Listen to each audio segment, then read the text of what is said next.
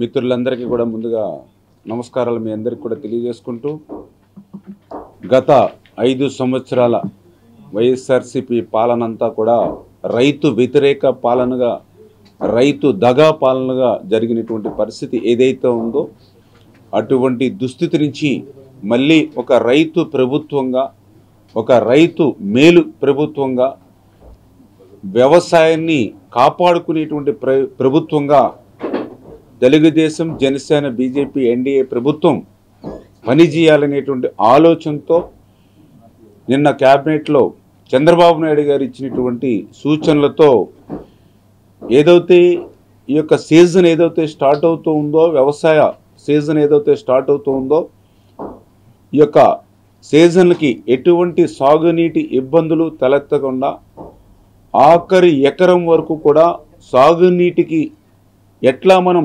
తీసుకెళ్ళగలుగుతాము, రైతులకి ఎట్లా మేలు చేయగలుగుతాము అనేటువంటి అంశాలు ఏవైతే నిన్న చంద్రబాబు నాయుడు గారు క్యాబినెట్లో తీసుకున్నారో దాని మీద ఈరోజు ఏదైతే మా ప్రిన్సిపల్ సెక్రటరీ అదేవిధంగా ఈఎన్సి అదేవిధంగా మన సలహాదారులు అదేవిధంగా రాష్ట్రాల్లో ఉన్నటువంటి సిఈలు ఎస్సీలు వంటి ఉన్నత అధికారులందరితోటి కూడా ఈరోజు సమీక్ష జరపడం జరిగింది.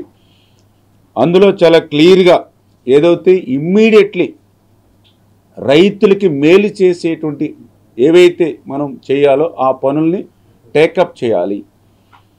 పర్టికులర్గా ఏదైతే ఇప్పుడు కొంత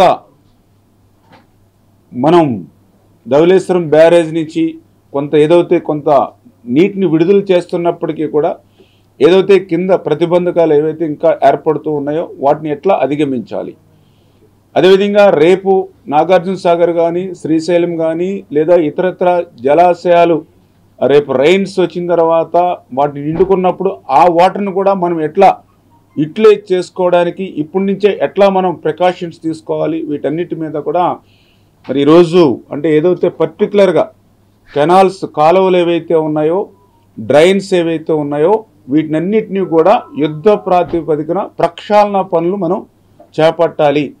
అటువంటి ఇమ్మీడియట్లీ రైతులకి మేలు చేకూర్చేటువంటి పనులు ఏవైతే ఉన్నాయో వాటినన్నిటినీ కూడా గ్రౌండ్ లెవెల్లో ఎస్టిమేట్ చేసి అవన్నీ కూడా ఒక్కసారి చంద్రబాబు నాయుడు గారి దృష్టికి తీసుకెళ్ళి, ఎందుకంటే గత 5 సంవత్సరాల నుంచి సాగునీటి మరి వ్యవస్థని నిర్వీర్యం చేసేసినటువంటి పరిస్థితుల్లో బడ్జెట్లో మరి ఈ యొక్క ఇరిగేషన్కి అన్యాయం జరిగినటువంటి పరిస్థితుల్లో గత 1-2 సంవత్సరాల నుంచి లస్కర్లకి జీతాలు ఇవ్వలేనిటువంటి స్థితి నుంచి కాంట్రాక్టర్లకు బిల్లులు కూడా చెల్లించలేనిటువంటి దుస్థితి నుంచి పనులు కూడా ముందుకెళ్ళలేనిటువంటి పరిస్థితి ఏదైతే ఉందో మరి వీటినన్నింటినీ దృష్టిలో పెట్టుకుని ఏదైతే ఇమ్మీడియట్లీ రైతులకు మేలు చేసేటువంటి అంశాలు ఏవైతే ఉన్నాయో వాటిని కొంత ఎస్టిమేట్ చేసుకుంటే మరి ఏదైతే చంద్రబాబు నాయుడు గారితో రేపు బడ్జెట్ వచ్చేలోపుకైనా కొంతమేరైనా మరి శాంక్షన్స్ తీసుకుని ఈ పనుల్ని మనం చేపడదామనేటువంటి ఆలోచనతో ఈరోజు ప్రత్యేకంగా రివ్యూ తీసుకున్నామనే విషయాన్ని సందర్భంగా మరి తెలియజేసుకుంటూ అందులో ప్రత్యేకించి ఏదైతే మన వీడ్ అంటే ఏదైతే జనరల్గా ఈ వీడ్ రిమూవల్ అనేది అటు డ్రైన్స్లో కానీ ఇటు కెనాల్స్లో కానీ ఎప్పుడు కూడా ఏప్రిల్ నెలలో మరి వర్క్స్ ఎస్టిమేషన్ చేసి టెండర్స్ పిలిచి అగ్రిమెంట్లు ఇస్తారు. మే నెలలో పనులు జరుగుతాయి.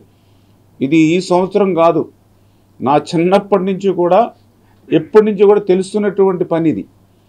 కానీ దురదృష్టం ఇది జూన్ నెల. మరి ఏదైతే ఈరోజు ఈ ప్రభుత్వం మరి వచ్చే సమయానికి మరి ఏదైతే గత వైఎస్ఆర్సీపీ ప్రభుత్వం కనీసం ఎస్టిమేషన్లు కానీ టెండర్స్ కానీ అగ్రిమెంట్లే కానీ మే నెలలో చేయవలసిన ప్రక్రియ కూడా చేయకుండా గాలి కుదిలేయడంతో ఇప్పుడు జూన్ నెల వర్షాలు స్టార్ట్ అయినా కొంతమేర నీటిని మనం ఏదైతే మరి ధవళేశ్వరిని విడుదల చేసుకుంటున్నప్పటికీ కూడా ఇవాళ ఆకుమళ్ళకి నీరు అందనటువంటి పరిస్థితి. డ్రైన్స్లో కూడా వీడు గట్టిగా ఉండడంతో చిన్నపాటి వర్షాలకి ఆకుమళ్ళు కూడా మునిగిపోతున్నటువంటి పరిస్థితి ఏదైతే ఉంది. అందుకే నేను ఇవాళ రివ్యూలో కూడా అడిగాం, మరి ఏదైతే అధికారులు కూడా మరి ఏదైతే ఏప్రిల్లో చేయవలసినటువంటి ఆ ఎస్టిమేషన్లు కానీ టెండర్స్ ప్రక్రియ కానీ ఎందుకు చేయలేకపోయారు? దానివల్ల ఒక సీజన్ ఈవేళ రైతులు నష్టపోతూ ఉన్నారు.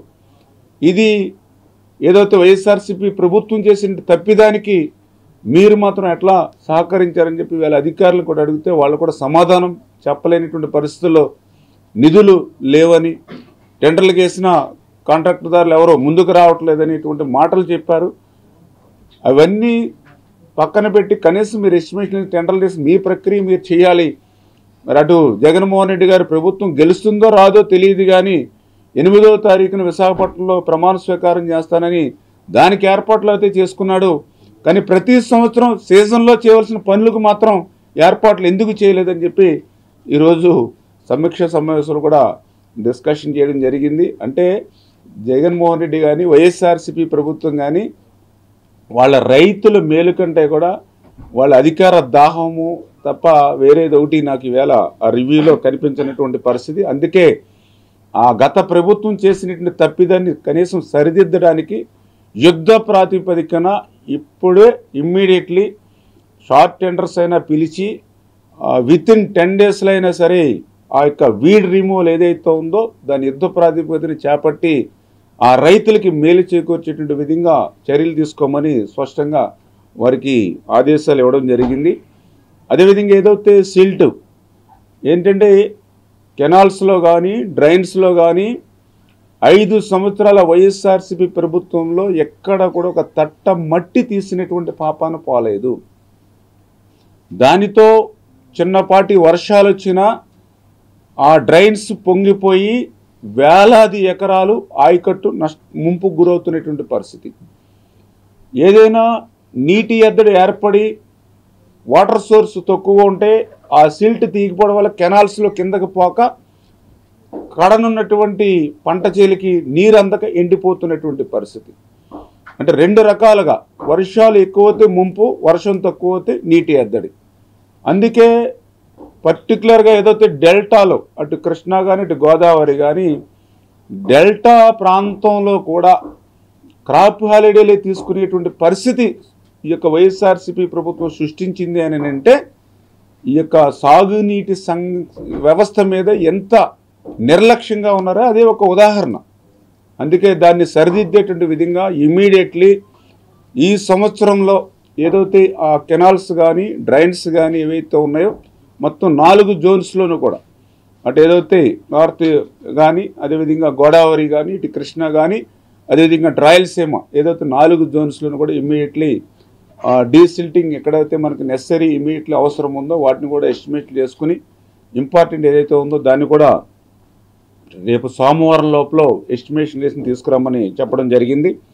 అదేవిధంగా వెరీ ఇంపార్టెంట్ ఏదైతే గత 4-5 సంవత్సరాలుగా ఎక్కడ కూడా షట్టర్స్ కానీ లాకులు కానీ మరి ఏదైతే మరి డోర్స్ కానీ కనీసం మెయింటెనెన్స్ కూడా లేక గ్రీజ్ కూడా పెట్టి మెయింటెనెన్స్ చేయలేనిటువంటి స్థితిలో అపారమైనటువంటి నష్టం. అంటే నీటి వనరులు ఉన్నప్పటికీ కూడా ఇవి మెయింటెనెన్స్ లేకపోవడం వల్ల ఆ షట్టర్స్ ఇన్ టైంలో క్లోజ్ అవ్వక లేదా ఇన్ టైంలో ఓపెన్ అవ్వక కొంత నష్టం, కొన్ని చోట్ల గేట్లు మెయింటెనెన్స్ లేక కొట్టుకుపోయి ఏదైతే ఆ రిజర్వ్ అవ్వాల్సిన వాటరు మనం పోగొట్టుకుంటూ ఉన్నాం. అదేవిధంగా దానివల్ల ప్రాణ నష్టం, ఆస్తి నష్టం కూడా జరిగినటువంటి పరిస్థితి కూడా మనందరం కూడా చూసాం. ఏదైతే మరి పించా కానీ గుడ్లగమ్మ కానీ అదేవిధంగా పులిచింతల కానీ అన్నమయ్య కానీ ఇట్లా ఏదైతే విధ్వంసానికి అంటే కనీసం లాకులు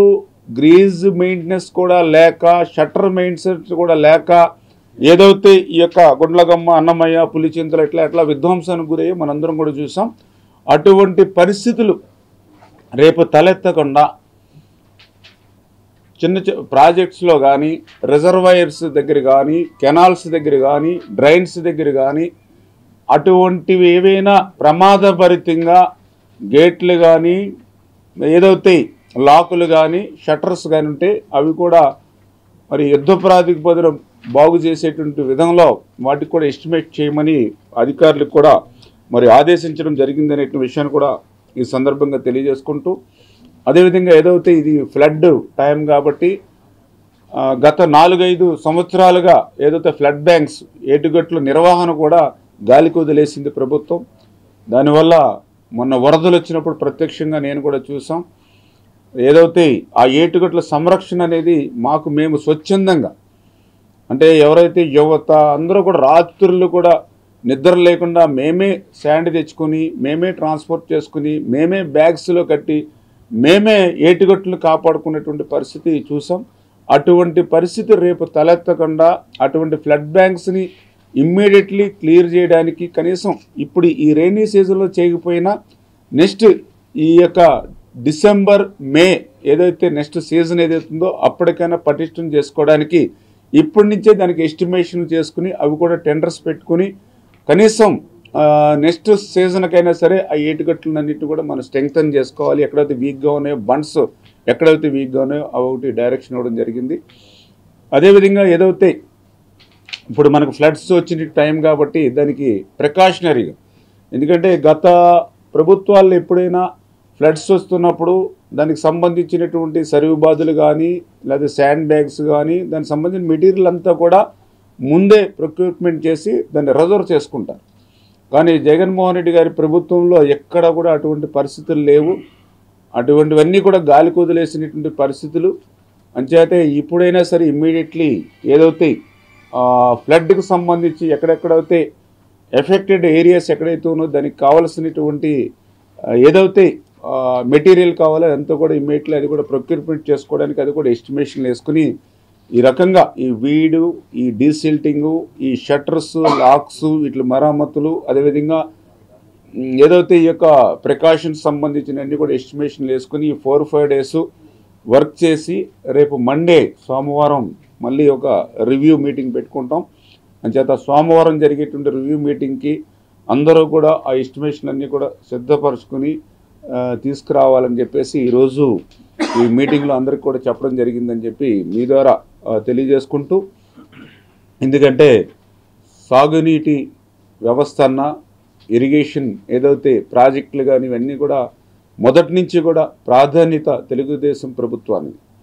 ఈరోజనే కాదు, ఆ రోజు ఎన్టీ రామారావు గారు తెలుగుదేశం పార్టీ పెట్టి తెలుగుదేశం ప్రభుత్వం ఏర్పరిచిన తర్వాత ద ఫస్ట్ టైం ఆంధ్రప్రదేశ్ రాష్ట్రానికి మరి సాగునీటి వ్యవస్థకి ప్రాధాన్యతనిచ్చి ఇరిగేషన్ ప్రాజెక్టులకు ప్రాధాన్యత ఇచ్చి ఆ రోజు ఎన్టీ రామారావు గారు ఏదైతే ప్రారంభించారో దాన్ని చంద్రబాబు నాయుడు గారు కూడా కంటిన్యూ చేసుకుంటూ ఏదైతే నదుల అనుసంధానం ద్వారా ఆంధ్రప్రదేశ్ రాష్ట్రాన్ని ఒక కరువు రహిత రాష్ట్రంగా మార్చాలనేటువంటి ఆలోచనతో ఏదైతే చంద్రబాబు నాయుడు గారి యొక్క ఆలోచనలు ఏవైతే ఉన్నాయో దానికి అనుగుణంగా ఆంధ్రప్రదేశ్ రాష్ట్రంలో కొంచెం కష్టమైన, ఎందుకంటే 5 సంవత్సరాలు వీళ్ళు ఇరిగేషన్ని నిర్వీర్యం చేసేసిన పరిస్థితుల్లో బడ్జెట్ మొత్తం కొలాప్స్ చేసి ఇంకొక 1 year 2 years కూడా పాతవే తీర్చలేనటువంటి పరిస్థితులు నెట్టేసినటువంటి పరిస్థితుల్లో లాస్ట్ 5 years కష్టం. మళ్ళీ ఇప్పుడు మనం ఈ 5 yearsలో చేయవలసిన పనులు అంటే మాకు 5 సంవత్సరాల డ్యూరేషన్ ఉంది, కానీ పని చేయవలసింది మాత్రం 10 సంవత్సరాల పని ఉంది. అదే నేను ఈరోజు అధికారులకు కూడా చెప్పి ఇది ఒక యజ్ఞంలాగా మనందరం కూడా కలిసి పనిచేస్తేనే ఇది నెరవేరుతుంది.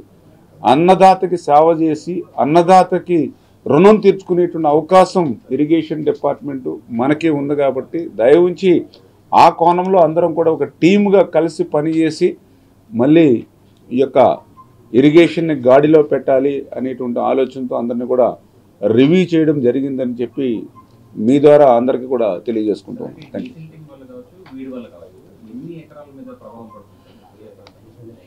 ఏదైతే పర్టికులర్గా ఇక్కడ ఏదైతే ఇప్పుడు గోదావరి డెల్టా చూసుకున్నట్లయితే మరి దగ్గర ఒక అంటే ఈ డీసిల్టింగ్ తీగిపోవడం వల్ల దగ్గర ఒక 4 లక్షల ఎకరాల వరకు కూడా ఎఫెక్ట్ అవుతూ ఉంది. అదేవిధంగా ఈ తూడు వల్ల కూడా ఎఫెక్ట్ అవుతూ ఉంది. పర్టికులర్గా దానివల్ల ఏమవుతుందంటే రైతు పెట్టిన పెట్టుబడి నష్టం గురవుతుంది. నెక్స్ట్ 2 దానికి ప్రభుత్వం మళ్ళీ ఇన్పుట్ సబ్సిడీ ముంపుకు గురవడం వల్ల మళ్ళీ ఇన్పుట్ సబ్సిడీలోనూ కొంత మళ్ళీ ప్రభుత్వం ఇవ్వాల్సినటువంటి పరిస్థితి ఉంటుంది. అదే మనం ఈ డీసిల్టింగ్ ఇన్ టైంలో చేసుకుని అదేవిధంగా ఏదైతే ఈ డెక్క ఇటువంటి వీడిని తొలగించుకున్నట్లయితే ఆ రైతు ఎకరానికి పెట్టుబడి పెట్టేటువంటి ఆ పెట్టుబడి సాయం రిలీఫ్ ఉంటుంది. అదేవిధంగా ప్రభుత్వం కూడా మళ్ళీ వాళ్ళకి ఎకరానికి 8,000 10,000 ఇచ్చి ఇన్పుట్ సబ్సిడీ క్యాలిక్యులేట్ చేసుకున్నా కూడా అది ఈ టైంలో వర్క్ చేసుకుంటే మనం కొంచెం గవర్నమెంట్ సేవ్ అవుతుంది, అదేవిధంగా రైతు పర్టికులర్గా సేవ్ అవుతాడు. నెక్స్ట్ మేజర్గా ఈల్డింగ్ కూడా మనం నష్టపోకుండా ఉంటాం. లేదు, దాని గురించే ఈరోజు యాక్చువల్గా ఈ యొక్క ఈఎన్సీ సిఈ ఎస్సీలతో సమీక్ష పెట్టిందే దానికోసం. వాళ్ళకు కూడా చెప్పడం జరిగింది, బడ్జెట్ ఉన్నటువంటి పరిస్థితులను దృష్టిలో పెట్టుకుని ఏదో మళ్ళీ కాన్స్టిట్యున్సీ లేకపోతే డిస్టిక్ అనేది కాకుండా ఇప్పుడు ఎమర్జెన్సీ ఇమ్మీడియట్లీ ఈ క్రాప్కి రైతుకి నష్టం లేకుండా, అంటే ఇదిగో ఈ వీడ్ క్లియర్ చేస్తే ఈ ఆయకట్టు సేవ్ అవుతుంది, ఈ డీసిల్టింగ్ మనం కనీసం ఇప్పుడు ఎస్టిమేషన్లు వేసుకుని ఉంటే ఈ సీజన్లో కానీ నెక్స్ట్ సీజన్లో కానీ కనీసం రైతుకి ఆదుకోగలుగుతాం. ఇగో ఈ షట్టరు ఇప్పుడు కనుక మనం క్లోజ్ చేసుకుని క్లియర్ చేయకపోతే ఈ షట్టర్ రేపు వరదలు కొట్టుకుపోతే మళ్ళీ ఒక 10,000 ఎకరాలకు నీరు ఇవ్వలేము. అంటే ఇట్లాంటి ఇమ్మీడియట్ నీడ్, ఇప్పుడు ఇందాక కూడా కొన్ని కెనాల్ చెప్పారు బండ్ రీచెస్ పడిపోయినాయి, అటువంటి ఏమైనా ఉంటే ఇమ్మీడియట్లీ క్లియర్ చేసి క్లోజ్ చేసుకోకపోతే రేపు వాటర్ వచ్చినా కూడా మనం ఇవ్వలేని పొజిషన్. అంటే ఇప్పుడు ప్రజెంట్ సిచ్యువేషన్ అయితే యాక్చువల్గా మనం ఓన్లీ గోదావరి డెల్టాకు సంబంధించి మనకి ఇన్ఫ్లో ఉంది ఒక 9,000 8,000 క్యూసెక్కుల నీరు. దాన్నే మనం కింద ఇప్పుడు ప్రజెంటు మనం ఏదైతే గోదావరి డెల్టాకి ఇవ్వగలుగుతూ ఉన్నాం, అది కూడా ఇంకా ఒక 2,000 అనదర్ ఇంకా పెంచవలసిన అవసరం ఉంది. దాన్ని కూడా సీలేరు నుంచి కూడా తీసుకుని ఆ గోదావరి వరకు ఇప్పుడు ప్రజెంట్ కొంత వాటర్ ఇవ్వగలుగుతూ ఉన్నాం. ఇంకా సీలేరు నుంచి కూడా కొద్దిగా ఎక్కువ తీసుకోమని చెప్పడం జరుగుతుంది, ఇంకో 2,000 క్యూసెక్కుల దాకా. ఎందుకంటే కింద ఇప్పుడు అంతా సీజన్ స్టార్ట్ అవుతూ ఉంది, కొంత డ్రింకింగ్ వాటర్ సమస్య కూడా ఉంది కాబట్టి. ఇంకా శ్రీశైలం ఇవన్నీ కూడా మీకు తెలియదు కాదు, ఇంకా నాగార్జున సాగర్ ఇవన్నీ కూడా పైన ఫిల్ అయ్యి వస్తేనే కానీ మనకి జూలై 2nd వీక్ వస్తేనే కానీ 3rd వీక్ వస్తేనే కానీ ఇవన్నీ కూడా సెట్ కావు. ఈ లోపల కనీసం ఈ పనులు చేసుకుని ఉంటే రేపొద్దున ఆ వాటర్ వచ్చినప్పుడు ఇవన్నీ కూడా ఈ రాయలసీమ కానీ ఇవి కానీ ఉపయోగపడతాయి అనేటువంటి ఉద్దేశంతో కొద్దిగా ముందుగా ప్రికాషన్స్ తీసుకుందామని. అదేవిధంగా ఇంకా పురుషోత్తంపట్నం, అదేవిధంగా ఏదైతే పట్టిసీమ అంటే ఒకవేళ కృష్ణ ఏదైనా మనకి డిలే అయినా కూడా పట్టిసీమని మనం ఆర్గనైజ్ చేసుకోవాలంటే ఇప్పుడు పంప్స్ కూడా ఇంకా కొన్ని రిపేర్స్ ఉన్నాయి, అవి కూడా ఇమీడియట్లీ క్లియర్ చేసుకోమని చెప్పాం. ఎందుకంటే ఇప్పుడైతే 8,000 క్యూసెక్కుల నీరు ఇన్ఫ్లో వస్తుంది కాబట్టి ఇప్పుడైతే మనం ఏం ఓపెన్ చేయలేం పట్టిసీమ కానీ పురుషోత్తంపట్నం. రేపు ఒక 20,000 క్యూసెక్కుల నీరు కనుక మనకి ఇన్ఫ్లో వస్తే అప్పుడు రెండు కూడా ఆర్గనైజ్ చేసుకోవచ్చు. అందుకని రేపు తెలుసుంటే అది కూడా జూలై 1st వీక్ కల్లా జనరల్గా లాస్ట్ టైం ఉన్నటువంటి పరిస్థితులు చూస్తూ ఉంటే ఆ జూలై 1st 2nd వీక్కి అట్లా వచ్చే అవకాశం ఉంది. కాబట్టి అప్పటికప్పుడు మళ్ళీ మనం రిపేర్లు చేసుకుని ఎదుర్కొనే లేకుండా ఆ వాటర్ వృధాగా సముద్రంలోకి పోకుండా ఇప్పుడు ఆ పురుషోత్తంపట్నం కూడా అవి కూడా లిఫ్ట్ కూడా కొన్ని పంప్స్ కొంచెం రిపేర్స్ ఉంటే అవి కూడా క్లియర్ చేయమని చెప్పాం. ఎట్లా అంటే కొంచెం మనం వచ్చిన తర్వాత ప్రాబ్లం వచ్చిన తర్వాత అప్పుడు మనం ఇంకొక 3 days 5 days, ఎందుకంటే ఆ నీటిని మనం ఆపలేము, అన్నెసరీగా ఉన్న వాటర్ను కూడా వదులుకోకుండా ముందుగానే కొంత ప్రికాషన్ తీసుకుంటే అవన్నీ కూడా మనం వాటర్ వచ్చినప్పుడు యూటిలైజ్ చేసుకోవడానికి అవకాశం ఉంటుందనే ఉద్దేశంతో ఇప్పుడిప్పుడే ప్రయత్నం. ఎందుకంటే మళ్ళీ ఏదైతే ఇరిగేషన్కి ఒక రకంగా చెప్పాలంటే మళ్ళీ పునర్నిర్మాణం ఇచ్చేటువంటి విధంగా ఇప్పుడిప్పుడే ఒక్కొక్క అడుగు వేసుకుంటూ ముందుకెళ్తూ ఉన్నాం. అందుకే ముందు అసలు రైతులకి ఇమ్మీడియట్లీ రిలీఫ్ ఇచ్చేటువంటి వాటి మీద, అంటే ఇప్పుడు ఉన్న రంగాన్ని కనీసం వాటి ద్వారా రైతులకి అవకాశం ఎంతవరకు ఉంటే అంతవరకు ఇవ్వాలని ఎవరైతే ముఖ్యమంత్రి గారు చెప్పిన ఆలోచన ప్రకారం 1 by 1 ఒక్కొక్క వర్క్ చేసుకుంటూ అందులో భాగంగా ఈ వర్క్ చేసుకుంటాం.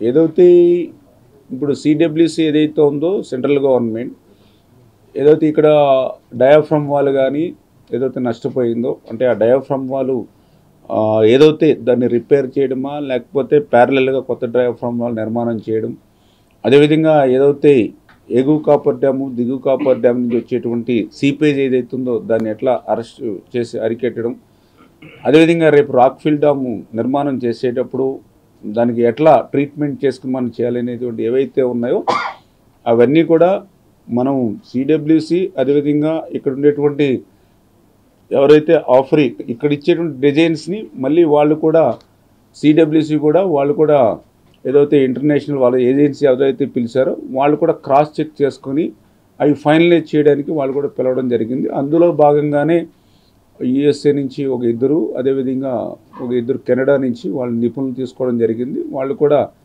1 year వాళ్ళు ఈ పోలవరాన్ని ఎప్పటికప్పుడు రివ్యూ చేసుకుంటూ ఏదైతే ఇక్కడ ఇచ్చేటువంటి ఏజెన్సీ ఇచ్చేటువంటి డిజైన్స్ ఏవైతే ఉన్నాయో సిడబ్ల్యూసి ఇచ్చే డిజైన్స్ ఏ ఉండో వాటిని కూడా వాళ్ళు క్రాస్ చెక్ చేసుకుని ద బెస్ట్ ఏంటనేది వాళ్ళు కూడా డిసిషన్ ఇవ్వడానికి కోసం చెప్పి సిడబ్ల్యూసి ఇచ్చినటువంటి భాగంగా వాళ్ళు సెంట్రల్ గవర్నమెంట్లో భాగంగా వాళ్ళు ఇంటర్నేషనల్ ఏజెన్సీని తీసుకోవడం జరిగింది. అది ఈ మంత్ ఎండింగ్ లాస్ట్ వీక్లో ఈ పోలవరం విజిట్ ఉంటుందని చెప్పడం జరిగింది.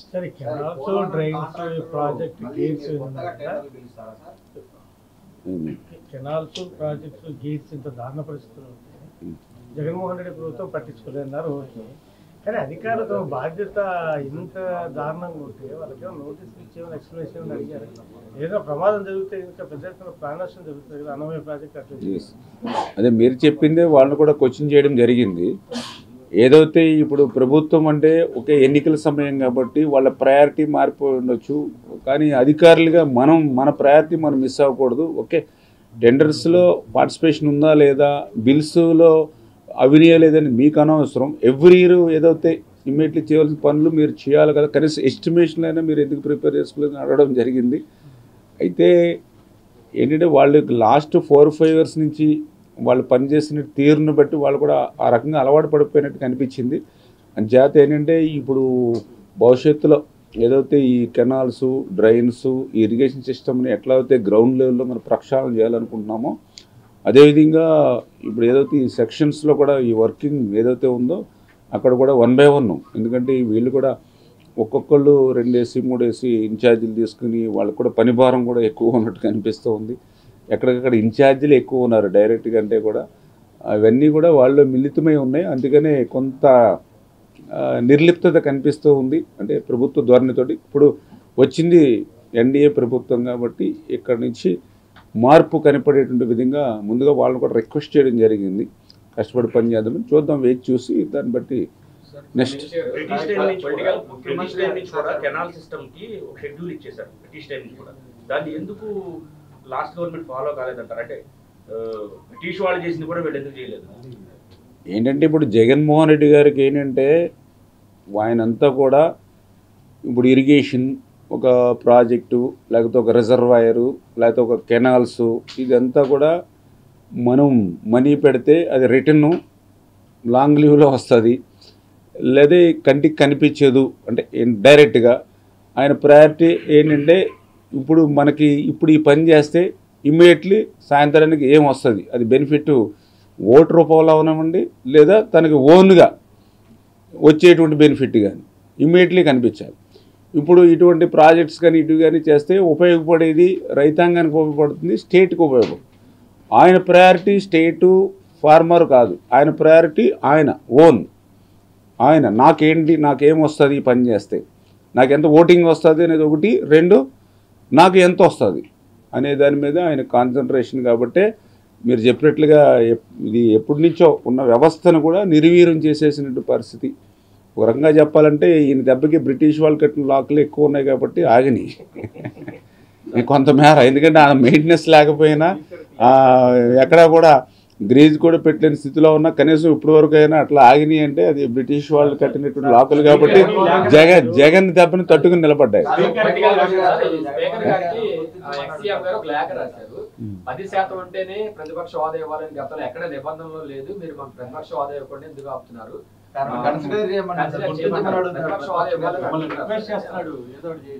అది ఆయన 5 సంవత్సరాల పరిపాలనలో ప్రజలతో పనిచేస్తుంటే ఆయన ఈరోజు లెటర్ రాసేటువంటి పరిస్థితి ఉండకపోయిండేది. ఒకసారి అసెంబ్లీలో ఆయన మాట్లాడినటువంటి రికార్డులే ఉన్నాయి. ఒకసారి ఆయన ఏం మాట్లాడాడు అసెంబ్లీలో, ఒకసారి ఆ రికార్డ్ చూసుకుంటే ఆయనకి తెలుస్తుంది. నేను కూడా ఎందుకంటే అసెంబ్లీలో ఉన్నా. ఒకసారి ఆయన మాట్లాడుతూ, చంద్రబాబు నీకు 23 మంది ఉన్నారు, ఒక 5 ఎమ్మెల్యేని నేను తీసుకుంటే నీకు 17-18 వచ్చేస్తే నీకు ఆ ప్రతిపక్ష హోదా కూడా నీకు మిగలదు నేను తలుచుకుంటే అన్నాడు. అంటే ఆయన చెప్పింది ఏంటి ఆ రోజు అంటే 18 మంది ఉంటేనే నీకు ప్రతిపక్ష హోదా, అది నేను తీసుకుంటే ఆ హోదా కూడా ఉండదని ఆ రోజు అసెంబ్లీలో చెప్పినటువంటి వ్యక్తి ఈరోజు అబ్బాయి నెంబర్తో సంబంధం లేదు, ప్రతిపక్షం హోదా నాకు ఇవ్వాలని అంటే ఒకసారి రికార్డులు 2 మీరు మీడియా ఉన్నారు కాబట్టి ఆ రికార్డు ఒకసారి కావాలంటే నేను మీకు పంపిస్తాను. ఆ రోజు అసెంబ్లీలో ఆయన ఏం మాట్లాడాడు అంచేత మీరు కూడా అవి రెండు కూడా పెట్టండి. ఆ రోజు ఏం మాట్లాడాడు ఆయన, ఈ రోజు ఏం లెక్కలో ఎవరు ఉదాహరించాడో రాయండి. అంటే అధికారంలో ఉన్నప్పుడు వేస్తాం. ఇప్పుడు ప్రజలే తిరస్కరించారు, ప్రజలే తిరస్కరించారు జగన్మోహన్ రెడ్డిని. అంటే కనీసం అధికార పక్షమే కాదు, ప్రతిపక్షంలో ఉండడానికి కూడా అర్హుడు కాదు. ఇటువంటి వ్యక్తి అసలు ప్రజాస్వామ్యంలో ఉండడానికి అర్హుడు కాదని ప్రజలు ఇచ్చారు తీర్పు. అది అంటే ప్రజల తీర్పుని ఆయన గ్రహించుకొని ఎక్కడ తప్పులు చేశాము, ఏం పొరపాట్లు చేశాము అని దాని మీద రివ్యూలు చేసుకుంటే ఆయనకి ఏదైనా భవిష్యత్తులో ఆలోచన ఉంటుంది తప్ప ఇంకా అతన్ని ఇంకా ఆ మాయలోనే ఆ భ్రమలోనే ఉండి అంటే ఇంకా రేపొద్దు భవిష్యత్తులో ఆ 11 కూడా ఆయనకి మిగిలే పరిస్థితి ఉండదు.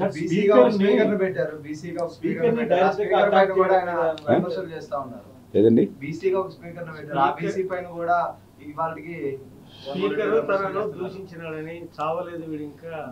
ఇప్పుడు నిన్న చాలా స్పీకర్ గారు ఆ విషయంలో చెప్పారు. మాట్లాడిన సభ్యులు కూడా అందరూ కూడా మాట్లాడడం జరిగింది. ఏదైతే అసెంబ్లీలో ఆయన పదవి బాధ్యతలు స్వీకరించినప్పుడు గతంలో ఆయన ఒక మాజీ మంత్రి లేదా ఒక తెలుగుదేశం పార్టీ నాయకుడు. ఆ రోజు యాజ్ ఏ ప్రతిపక్షంలో ఉన్నాం కాబట్టి ఆ వాగ్దాటి కానీ ఆ వేడి కానీ ఆ వాడి కానీ ఆయన మాటల్లో ఉంటాయి, సహజం ఎవరైనా. కానీ స్పీకర్ పదవిని తీసుకున్న తర్వాత ఆయన ధోరణి, ఆయన వాడి వేడి మారుతుంది. అంచేత లాస్ట్ టైం చేసిన దానికి కంపారిజన్ ఇప్పుడు మనం స్పీకర్ పదవిలో ఉన్నదానికి కంపారిజన్ మనం చేయలేం. అట్లా అనుకుంటే కోళ్ళ శివప్రసాద్ గారు చాలా అగ్రెసివ్గా ఎఫెక్టివ్గా ఆయన ఒక టైగర్ మాదిరిగా ఉండేవాడు. అదంతా కూడా అందరు పల్నాడు సింహం అని పల్నాడు పులి అని చెప్పేవారు. కానీ ఆయన స్పీకర్గా చూసిన తర్వాత నేనే చూసాను ఆ రోజు, ఎందుకంటే అప్పుడు కూడా నేను ఎమ్మెల్యేగా ఉన్నా. వీళ్ళు ఇట్లా బెంచీల మీద షూలతో సహా ఆయన ఎదురుగుండా బెంచీలు ఎక్కి ఆయన చుట్టుముట్టి ఆయన మీద దాడికి పూనుకున్నా కూడా కనీసం ఆయన్ని మార్షల్స్ తెప్పించి వాళ్ళని బయటికి పంపించినటువంటి పరిస్థితులే. చాలా ఓపికగా 1 hour 2 hours రిక్వెస్ట్ చేసుకుని ఉండేవాడు. ఆ రోజు నేను చాలాసార్లు చూసాం. అంటే ఏంటి, ఆయన స్పీకర్గా వచ్చిన తర్వాత ఆయన సహజ సిద్ధమైనటువంటి ధోరణికి భిన్నంగా ఆయన స్పీకర్గా వ్యవహరించారు. అంచేత అయ్యన్ పాత్రుడు గారు కూడా ఆయన పెద్ద మనిషి, ఆయనకి ఎక్స్పీరియన్స్ అనుభవం ఉంది. అంచేత స్పీకర్ని కూడా ఆయన సమర్థవంతంగా నిర్వహించగలుగుతాడు. ఈయన ఏదైతే గతంలో ఏదైతే తప్పులు చేశామో ఆ తప్పులు ఏవైతే ఈయన మైండ్లో రిజిస్టర్ అయి ఉన్నాయి కాబట్టి ఇప్పుడు కూడా ఆ ప్రభుత్వం కూడా అట్లా చేస్తుంది అనేటువంటి ఆలోచనతో ఈయన ఉన్నటువంటి పరిస్థితి. ఏదైతే అట్లా అనుకుంటే మేము ఆయనకి ప్రతిపక్ష హోదా లేకపోయినా కనీసం, ఎందుకంటే చాలామంది చెప్పడం జరిగింది ఏదైతే ఆయన ఒక సాధారణ ఎమ్మెల్యే కాబట్టి ఆయన్ని మామూలుగా ఏదైతే ఎమ్మెల్యేలు వచ్చేటువంటి గేట్ నుంచి అలౌ చేస్తే సరిపోతుందని. కానీ ఏంటంటే ఒక మాజీ ముఖ్యమంత్రిగా చంద్రబాబు నాయుడు గారు ఒక ముఖ్యమంత్రి హోదాలోనే ఆయనకి లోపల ఇచ్చేటువంటి గౌరవం, ఆయన గేట్ నుంచి కానీ కారు నుంచి రావడం కానీ, అదేవిధంగా ఆయన కూడా ఆల్ఫాబెటికల్లో వాస్తవంగా చెప్పాలంటే యాజ్ ఎమ్మెల్యేగా ట్రీట్ చేస్తే ఆల్ఫాబెటికల్లో ఎమ్మెల్యేగా చెప్పాలి. అయినా సరే మాజీ ముఖ్యమంత్రి అన్న హోదాతోటే ఆయన మంత్రుల తర్వాత ఆయన ప్రమాణ స్వీకారం ఇవ్వడం జరిగింది.